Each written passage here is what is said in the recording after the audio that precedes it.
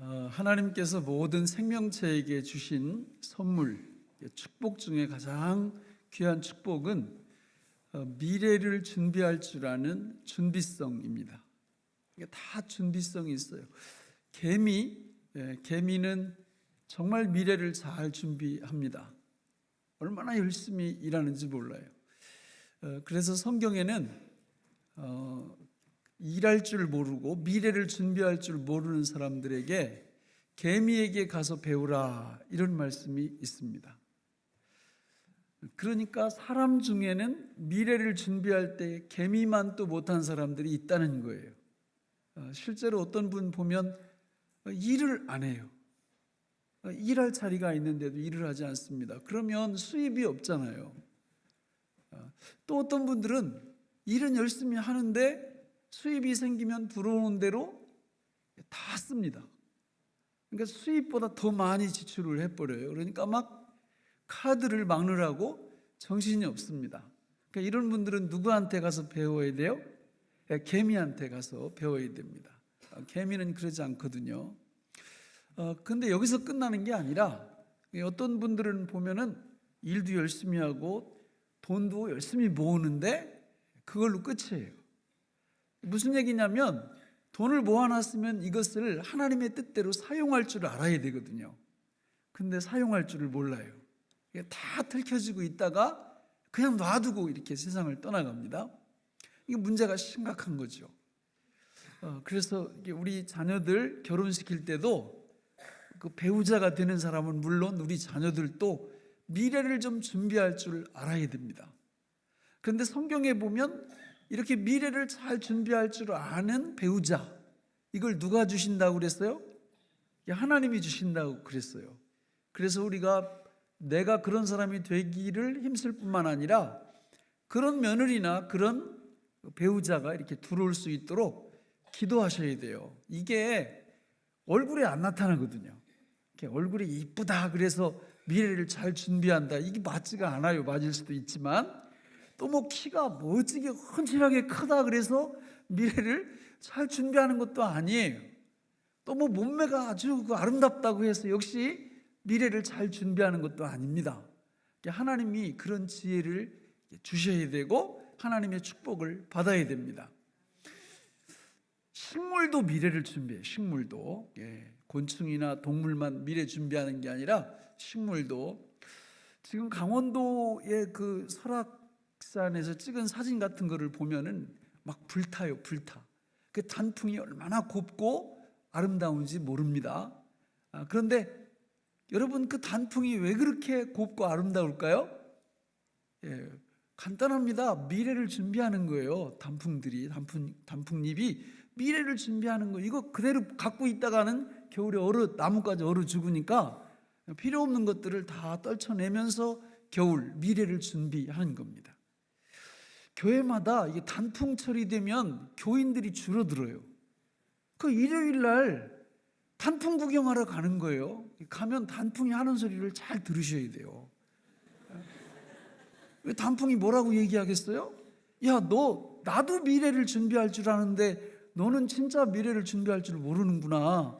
또 예수 믿는 사람이 이날 여기 왜 왔어? 이 말을 들을 줄 알아야 돼요. 그렇잖아요. 단풍도 미래를 준비할 줄 아는데 하나님의 백성들이 미래를 준비할 줄 모르면 안 되잖아요. 그러니까 미래를 준비하는 건 매우 중요합니다. 우리 사람 사는 세상 속에서 미래를 준비하는 거는 우리가 너무 잘해요. 사실은 뭐 국가적으로 보면은 국민연금도 알고 보면 미래 준비하는 거죠. 의료보험도 미래 준비하는 거죠. 또 여러 가지 생명보험이라든지 뭐 종신보험이라든지 이런 것들이 다 알고 보면 미래를 준비하는 거 아니겠습니까? 그러니까 우리가 사실은 미래를 잘 준비하는 그런 삶을 우리가 이 땅 위에서 살아가고 있는 거죠. 국가가 전 세계적으로 200개 이상이 되는데 국가의 목적도 사실은 미래를 잘 준비하는 데 있어요. 국민들의 안전, 편의, 생명 이런 것들을 보호하면서 미래를 잘 보호하려고 국가가 필요한 겁니다. 그래서 이 국가 모든 기관들을 보면 대부분 미래를 준비하고 예비하는데 많은 돈과 시간을 쏟죠. 국가기관 중에 도로공사라는 기관이 있어요. 고속도로 관리하고 뭐 이런 기관인데, 이 고속도로, 경부고속도로가 그 처음에 놓여질 때 그 일화가 있잖아요. 그거를 이제 딱 설계를 해서 경부고속도로를 딱 놓으려고 그러니까 박정희 대통령이 계획을 한 거죠. 그런데 막 그 야당 정치인들이 그 당시에 가서 들어 누웠다는 거 아닙니까? 지금 뭐 먹을 것도 없는데 왜 길을 뚫냐 까냐 이러면서 하도 이 사람들이 막 목숨 걸고 반대를 해가지고 원래 계획보다 좀 좁혀서 깔았다는 거 아닙니까? 야, 그때 고속도로를 그 반대한다고 안 깔았으면 큰일 날 뻔했죠. 그래도 박정희 대통령이 단점도 있지만 이런 부분에 있어서는 미래를 내다볼 줄 아는 탁월한 해안을 가졌던 사람이에요. 정말 너무 귀한 거예요, 그게. 근데 그렇게 깔아놓은 고속도로를 보호하고 관리하는 일을 한국도로공사가 합니다. 한국도로공사가 요즘 눈에 탁 띄는 거예요. 왜냐하면 국민들의 편의, 안전, 생명, 미래까지 보호해주는 역할을 도로공사 사장님이 누군지 잘 모르겠지만 너무 잘하는 거 요즘 보니까. 그래서 이게 여러분들도 보셨을 거예요. 그냥 가다 보면 현수막 팜플렛들이 엄청 많이 붙어 있는데 주제가 한 4가지 정도 되는데 제가 중요한 거 2개를 보니까 하나는 안전띠에 대한 홍보고 또 하나는 졸음운전에 대한 거예요. 그래서 제가 홈페이지에 들어가서 이렇게 다 뽑아봤어요. 이게 안전띠에 대한 그 표어들이 너무 재밌는 거예요. 그래서 한번 볼까요? 같이 한번 읽어볼까요? 위에서부터 시작. 봄, 꽃보다 안전띠, 안전띠 메고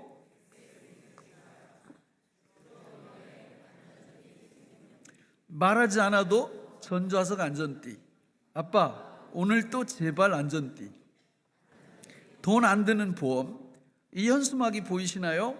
그럼 안전벨트 매세요. 나는 참 편안합니다. 안전띠를 맸습니다. 안전띠 착용하는 여러분이 아름답습니다. 봄바람은 차 안으로, 졸음은 창밖으로. 그 통계를 보니까 이 캠페인을 하고 나서부터 사고율, 사망률이 팍 떨어졌어요. 그러니까 이게 도로공사 사장님이 누군지 되게 고맙더라고요. 이게 국민들의 생명 또 미래 이런 걸 보호해 주려고 하는 마음이 느껴져요. 그게 조금 지저분하기는 해요. 고속도로 운전을 하고 가다 보면 막 이런 게 너무 많이 붙어가지고. 그런데 이거보다 더 이렇게 감각적으로 확 이렇게 들어오는 게 졸음운전 방지를 위한 현수막들이에요. 이것도 제가 뽑아왔는데 한번 읽어볼까요? 같이? 시작. 졸리시면 잠 깨고 가실게요. 깜빡 졸음 번쩍 저승. 아빠 졸리면 졸음 쉼터래요. 봄은 꽃으로부터, 사고는 졸음으로부터. 천하장사도 당신의 눈꺼풀을 들 수 없습니다. 졸음 쉼터 올림. 졸면 뭐하나 한숨 자고 가게나. 피곤할 땐 졸음 쉼터, 쉬어가는 행복 쉼터.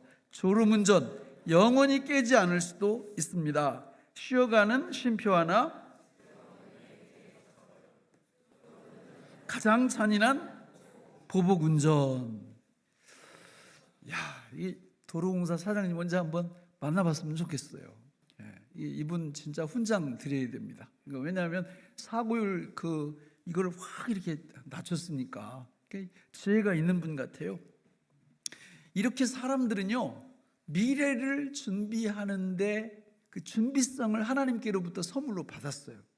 어떤 분들은 또 막 죽음까지도 준비하더라고. 죽음 어떻게 준비하나 봤더니 세상에 관을 준비하는 거. 관 죽지도 않았는데 그것도 비싼 오동나무 관으로 이렇게 딱 준비를 해놔요. 그리고는 또 수의, 죽은 다음에 입을 수의도 비싼 모시, 저 한산 모시가 비싸거든요. 그런 걸로 미리 옷을 딱 만들어 놔요. 어떤 분은 한술 더 떠 무덤까지 미리 만들어 놔. 묻힐 장소까지 미리 다 준비해 놔요.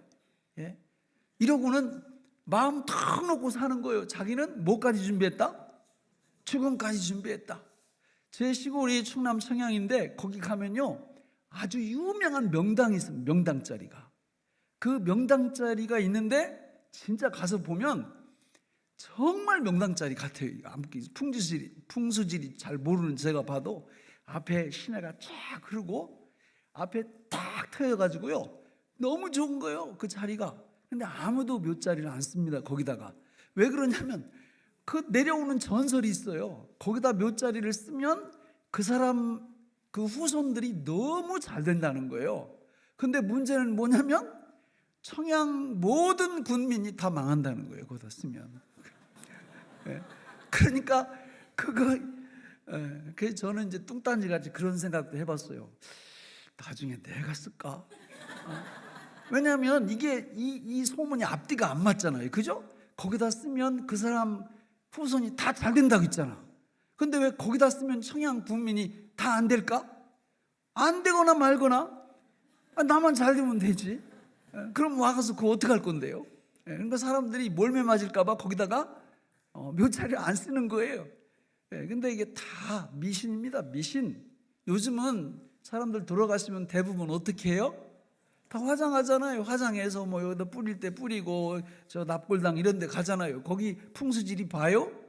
그래서 요즘 풍수지리로 밥 먹고 살던 분들이 다 직업을 바꾸고 있어요. 다 굶어 죽어요. 그게 다 미신이지. 여러분, 사람은 죽음을 준비할 수 있을까요, 없을까요? 준비 못합니다. 불가능합니다. 하나님께서 말씀하시기를 한 번 죽는 것은 사람에게 정하셨다 이렇게 말씀하셨기 때문에 죽음 준비는 불가능해요. 그러나 준비할 수 있는 게 있어요. 죽음 준비는 못하지만 죽은 다음에 다시 살아나는 부활 준비는 할 수 있을 줄 믿습니다. 이건 너무 중요한 거예요. 부활에는 종류가 두 가지가 있기 때문에 중요한 거예요. 요한복음 5장 29절에 보면 같이 한번 읽어보실까요? 시작. 선한 일을 행한 자는 생명의 부활로, 악한 일을 행한 자는 심판의 부활로 나오리라. 저기 선한 일, 악한 일은 우리가 생각하는 윤리 도덕적인 선악이 아닙니다. 자, 부활의 종류가 두 가지가 있죠. 하나는 생명의 부활, 하나는 심판의 부활입니다. 여러분, 생명의 부활, 이 축복을 받으면 예수 그리스도와 함께 영원한 생명을 누립니다. 반대로 심판의 부활에 이르게 되면 사탄 마귀와 함께 영원한 형벌을 살 수밖에 없습니다. 이게 하나님이 정해놓으신 원리예요. 그 어떤 분들이 그러더라고. 에휴, 뭐 믿을 수 있어? 누가 부활해? 오늘 성경 다시 한번 읽어볼까요? 우리 본문 고린도전서 15장 12, 13절 시작. 그리스도께서 죽은 자 가운데서 다시 살아나셨다 전파되었거늘 너희 중에서 어떤 사람들은 어찌하여 죽은 자 가운데서 부활이 없다 하느냐? 만일 죽은 자의 부활이 없으면 그리스도도 다시 살아나지 못하셨으리라 이렇게 말씀하거든요.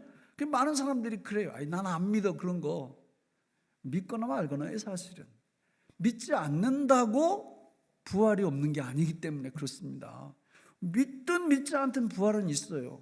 둘 중에 하나, 생명의 부활 아니면 심판의 부활. 창조도 마찬가지예요. 많은 분들이 창세기 1장 1절에 태초에 하나님이 천지를 창조하셨느니라 이렇게 얘기하면 많은 분들이 그래요. 그런 게 어디 있어? 그냥 먼지가 있었고 먼지가 뭉쳐서 작은 생물이 됐고 작은 생물이 진화해가지고 원숭이 되고 원숭이가 사람 된 거지. 또 이렇게 믿는 분들도 있어요. 그렇게 믿거나 말거나.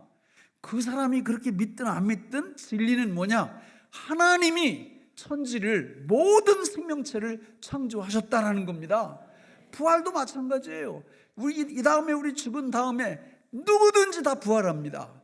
심판의 부활 아니면 생명의 부활을 해요. 그래서 인생의 참된 성공과 실패가 어디 있냐? 생명의 부활을 준비하는 사람들. 이 사람들이 진정한 성공자. 그걸 준비 안 하면 세상에서 아무리 떵떵거리며 잘 살았다 할지라도 성공자가 아니에요. 이 땅 위에서 삶은 기껏해야 100년 남짓.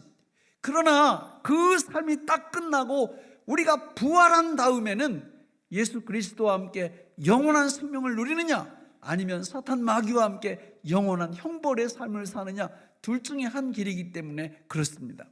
저는 오늘 여기 나오셔서 같이 예배드리는 우리 모든 분들이 생명의 부활을 잘 준비하시기를 바랍니다. 그래서 그 생명의 부활에 동참하시기를 바랍니다. 그러면 그 생명의 부활에 동참을 하려면 어떻게 되냐? 생명 부활의 유일한 전문가가 계세요. 그 유일한 전문가가 누구십니까? 예수 그리스도예요. 왜 예수님만이 생명 부활을 할 수 있는 유일한 전문가시냐? 주님이 많은 사람들, 예수님이 많은 사람들을 부활시켰을 뿐만 아니라 본인이 직접 사망 권세를 깨뜨리시고 부활하셨기 때문에 예수님만이 유일한 생명 부활의 전문가세요. 이것도 마찬가지예요. 아니, 난 그런 거 안 믿어. 뭐 할 수 없죠. 어떻게 하겠어요. 그러나 안 믿는다고 진리가 아닌 게 아니에요. 믿어도 진리, 안 믿어도 그 사실은 변함이 없어요. 우리에게 생명의 부활을 줄 수 있는 유일한 분은 예수님 한 분이라고 하나님이 말씀하셨거든요. 그래서 그 예수님이 누군지 이렇게 알고 그분이 만들어 놓은 생명 부활에 동참하는 법을 받아들여야 됩니다. 아까도 보셨잖아요. 성경 말씀 읽을 때 사람들이 안 믿는 거예요. 그렇게 얘기를 해도 안 믿고 뭐라고 얘기를 하느냐면 뭐 그런 게 어딨어. 죽으면 끝이지. 요거는 사탄 마귀가 한 말을 오히려 믿는 거예요. 죽으면 끝이지. 이렇게 사니까 지금 이 세상이 이 모양입니다. 어떻게 살섞으면서 수십 년 산 배우자를 그렇게 끔찍하게 해칩니까? 어떻게 내 속으로 난 자녀들을 그렇게 몹쓸 짓을 합니까? 그냥 간단해요. 죽으면 끝이지. 요 생각 때문에 그러는 거예요. 이 마귀 사탄이 넣어준 요 생각대로 받아들이니까 죽으면 끝이지. 그러니까 죽으면 다 끝나는 거야. 천만의 말씀. 안 끝나요. 죽음 다음에는 뭐가 있다고요? 부활이 있습니다. 부활이. 두 가지 종류의 부활. 심판의 부활이냐, 생명의 부활이냐. 이걸 믿지 않고 죽으면 끝이지. 그러니까 막 사는 거예요. 인생을. 책임감이 없어요. 막 살아요. 너무 안타까운 일들이 벌어지고 있는 거예요. 그러나 죽음이 끝이 아니고 모든 생명체는 다 부활한다. 모든 인간은 다 둘 중에 하나로 심판의 부활 아니면 생명의 부활로 부활한다. 그러면 다 하나님 믿겠죠. 그걸 믿으면. 또 믿어도 대충 믿는 게 아니라 요령껏 믿는 게 아니라 제대로 믿겠죠. 저는 우리 교회에 나오는 모든 분들이 이 생명 부활의 유일한 전문가이신 예수님을 믿고 심판의 부활이 아니라 생명의 부활에 동참하시기를 바랍니다. 그러면 예수님이 생명 부활의 유일한 전문가라는 걸 어떻게 알 수 있냐? 성경을 보면 알 수 있어요. 예수님이 이 땅에 오셔서 하신 모든 일들은 하나같이 다 부활 생명을 주시려는 일만 하셨어요. 병자들을 고쳐내신 것도 그 목적이에요. 중풍병, 눈 안 보이는 분, 귀 안 들리는 분, 말 못하는 분, 심지어 죽은 사람까지 살려내는 모든 것들은 우리에게 생명 부활을 주실 수 있는 유일한 분이 당신이라는 것을 보여주신 거예요. 마가복음 5장에 보면 회당장 야이로라는 사람이 나오는데요. 그 사람의 12살 먹은 딸이 죽을 병에 걸렸습니다. 그래서 아버지가 막 죽으려고 하는데 예수님 저 멀리 계신데 가서 부탁을 드렸어요. 예수님, 내 딸이 죽어가는데 좀 고쳐주세요. 그랬더니 예수님이 그래, 내가 가서 고쳐줄게. 그런데 오시는 중에 죽었어요. 12살 먹은 딸이. 그래서 이게 딱 집안에 들어가니까 사람들이 막 그러는 거예요. 소용없습니다. 죽었습니다. 그러니까 예수님이 죽은 게 아니고 내가 살려낼 수 있어. 그러니까 막 비웃는 거예요. 들어가 보니까 침상에 딱 이렇게 누워 있습니다. 12살 먹은 딸이. 예수님이 어떻게 하십니까? 일어나라 이렇게 명령을 하세요. 달리다 굼. 그러니까 이 시체 12살 먹은 딸이 일어나는 거예요. 부활하는 거예요. 우리 예수님이 이런 분이에요. 누가복음 7장에 보면 이번에는 나인이라는 지역에서 한 과부가 살았는데 외동 아들하고 살았어요. 청년하고. 그런데 이 아들이 죽은 거예요. 그래서 이 생여에다가 이 아들을 싣고 무덤을 향해서 가고 있을 때 예수님을 만난 겁니다. 그 예수님이 그 생여 행상을 딱 멈추고 그 어머니를 위로해 주세요. 울지 말라고. 그리고 그 청년한테 또 명령하십니다. 청년아, 일어나라. 이랬더니 그 시체가 또 일어나는 거예요. 부활하는 겁니다. 부활하는 겁니다. 이렇게 부활시키셨고, 신분이 드러난 마지막 세 번째 사람이 나사로예요. 요한복음 11장에 나오는데, 여기는 나사로의 누이 동생이 마르다 마리아인데, 오빠가 병들었을 때 죽기 전에 예수님께 사람을 보냅니다. 우리 오빠 죽어가니까 예수님 오셔서 살려달라고. 근데 예수님이 안 오시는 거예요. 일부러 시간을 끌으세요. 이렇게 뒤로. 오빠가 죽었어요. 그리고는 장사를 지낸 거예요. 그때 예수님이 뭐라고 말씀하시느냐면, 나사로를 살리러 가자 이렇게 말씀하시고 무덤 속에 들어있는 오신 겁니다. 그리고는 그냥 살려주신 게 아니라 이 누이 동생들한테 물어봐요. 그 언니 마르다한테, 야, 내가 네 오빠 살려낼 줄 믿냐? 그러니까 이 마르다가 이렇게 대답합니다. 주여, 이 세상 마지막 날에 우리 오빠가 부활할 줄로 믿습니다. 아니, 그때 말고 지금. 그러니까 이 대답을 못 하잖아요. 그러니까 예수님이 무덤 앞으로 딱 가셔서 뭐라고 명령하십니까? 나사로야, 나오너라. 그러니까 수의를 두르고 나사로가 무덤에서 걸어 나옵니다. 예수님이 부활시키신 거예요. 여러분, 이 죽음의 형태를 보세요. 마가복음 5장에 나오는 회당장 야유의 딸은 이제 죽은 지 얼마 안 된 거예요. 누워있어요, 침상에.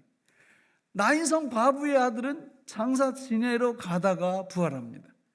나사로는 이미 무덤 속에 들어가 있는데 주님이 부활시킵니다. 무슨 뜻입니까?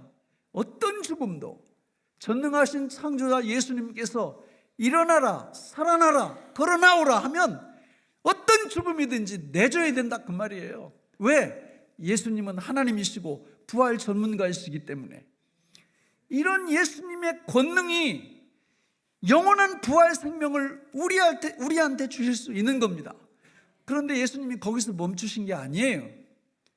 그렇게만 하면은 전 세계 지금이 70억 명이니까 70억 명 다 찾아다니셔야 되겠죠. 그죠? 다 이렇게 부활시키려면.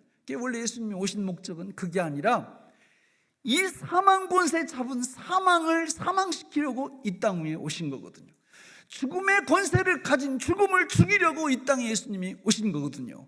그러면 그 사망, 그 죽음을 죽이는 방법이 뭡니까? 죽었다가 어떻게 하면 돼요? 살아나면, 부활하면 사망이 죽는 거고 죽음이 사망하는 거죠. 그래서 우리 주님이 저와 여러분들의 모든 죄를 짊어지시고 십자가에서 죽으신 겁니다. 죽으셨다가 3일 만에 그 죽음을 죽이시고 사망을 사망시키시고 걸어 나오신 거예요. 부활하신 거예요. 옛날에 포수들이 범을 잡으려고 하면 호랑이 굴로 들어가죠. 그죠? 들어갔는데 총소리도 안 나. 조금 있다 범이 한 마리가 튀어나와. 그럼 누가 죽은 거예요? 포수가 죽은 거예요. 포수가 범 잡으러 들어갔다가. 그런데 포수가 들어갔는데 총소리가 나고 포수가 걸어 나와요. 그럼 누가 죽은 거예요?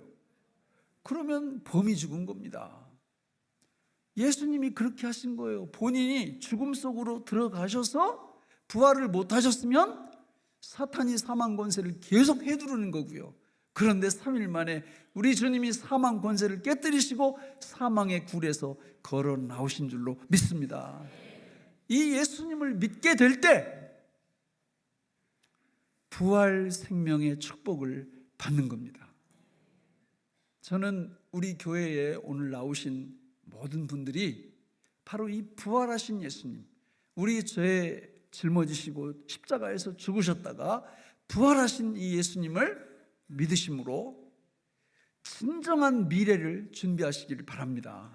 보험 드는 거요, 소중한 거예요. 우리 노후 잘 준비를 하셔야 됩니다. 우리 의료보험 이런 거 잘 보여야 되고 건강관리 잘 하셔야 됩니다. 그래야 우리 미래, 우리 노후가 안전하죠. 아주 귀하죠. 그러나 그런 것들은요, 정말 부활 생명에 비하면 새발의 피예요. 이 땅 위에 머무는 곧 잠시 잠깐 그거 예비하고 그거 준비하는 거예요. 오늘 하나님께서 우리한테 부활 생명을 준비하고 예비하라는 것은 영혼을 예비하라는 거예요. 그 예비하는 유일한 방법은 부활 생명의 전문가이신 예수 그리스도를 나의 왕으로, 주님으로 영접하고 날마다 고백할 때 그 부활 생명으로 우리가 부활할 줄로 믿습니다. 이 시간에 우리 눈을 좀 다 같이 감았으면 좋겠어요. 오늘 우리 교회에 처음 나오신 분들도 많이 계시고 또 기존 성도님들도 많이 계십니다. 그러나 아직도 부활을, 생명의 부활을 준비하지 않으신 분들이 많이 있을 겁니다. 이 시간은 제가 그 부활 생명을 받기를 원하는 분들이 있다면 제가 기도해 드리려고 합니다. 예수 그리스도를 믿으시고 영원한 미래, 생명의 부활을 준비하기를 원하시는 분은 오른손을 가볍게 들어주시면 제가 기도해 드리겠습니다. 부활, 생명의 부활은 우리 마음대로 되는 게 아니라 부활 전문가 도움을 받으셔야 됩니다. 부활 전문가, 유일한 부활 전문가는 예수님이십니다. 십자가에서 우리 대신 죽으셨다가 부활하신 그 예수님을 믿게 될 때 우리도 심판의 부활이 아니라 생명의 부활을 얻습니다. 이 부활 생명 얻기를 원하는 분들 오른손을 가볍게 들어주시기를 바랍니다. 우리가 자기 자녀들에게 좋은 것을 아낌없이 주듯이 우리 하늘 아버지께서 예수님을 믿는 모든 분들에게 생명의 부활을 주셔서 영생 복락을 누리게 하십니다. 이 영생 복락 누리기를 원하시는 분들 오른손을 들어주시면 제가 이 시간 같이 기도하겠습니다. 하나님 아버지, 이 시간 부활에 대한 말씀을 증거했습니다. 하나님, 이 영원한 생명의 부활 받기를 원하는 분들이 손을 들어 표했습니다.